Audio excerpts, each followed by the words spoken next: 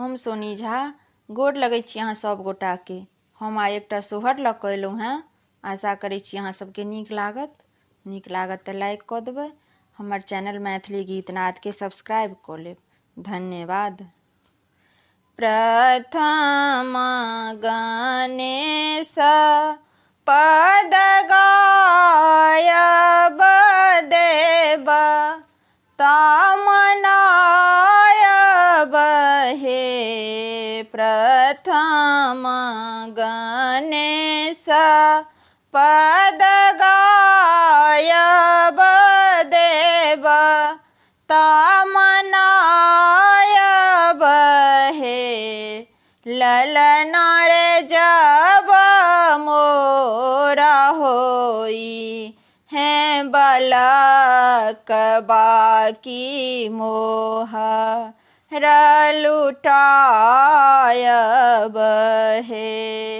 ललना रे जब मोरा होई हैं बालक बाकी मोह लुटायब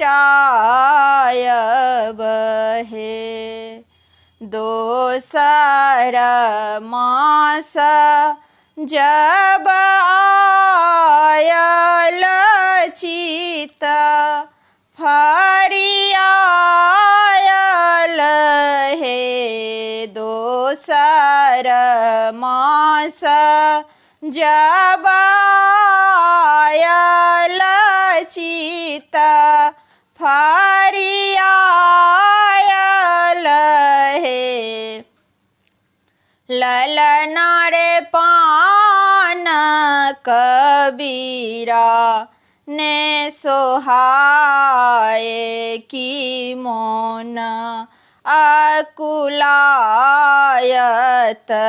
हे।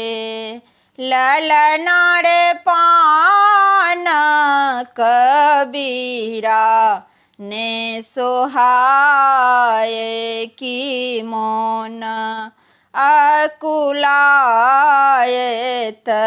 हे। तेसर मास जब आयल ननदी दान मांगू हे। तेसर मास जब आयल ननदी दान मांगू हे।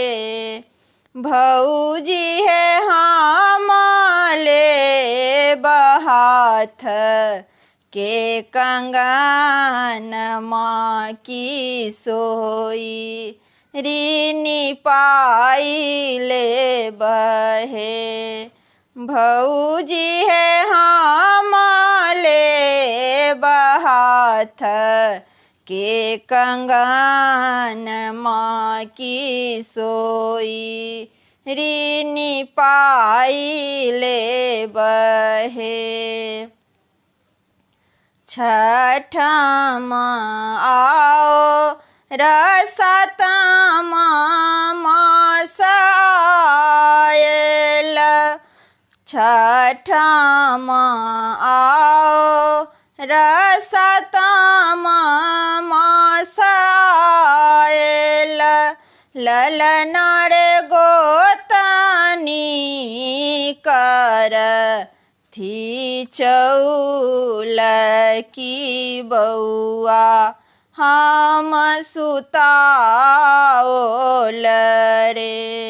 ललना रे गोतनी कर थी चौल की बउआ हम सुताओल हे। सातम गेल मास आठम आयल हे।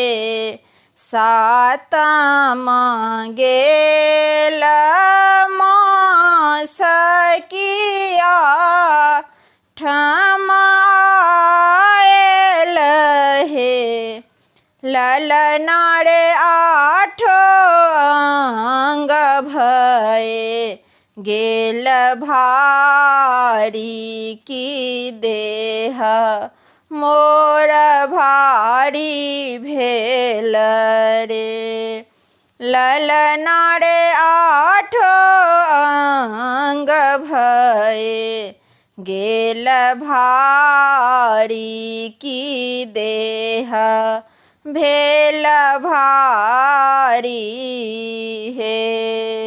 नवम मास जब आयल होरी लाज नाम लेल रे।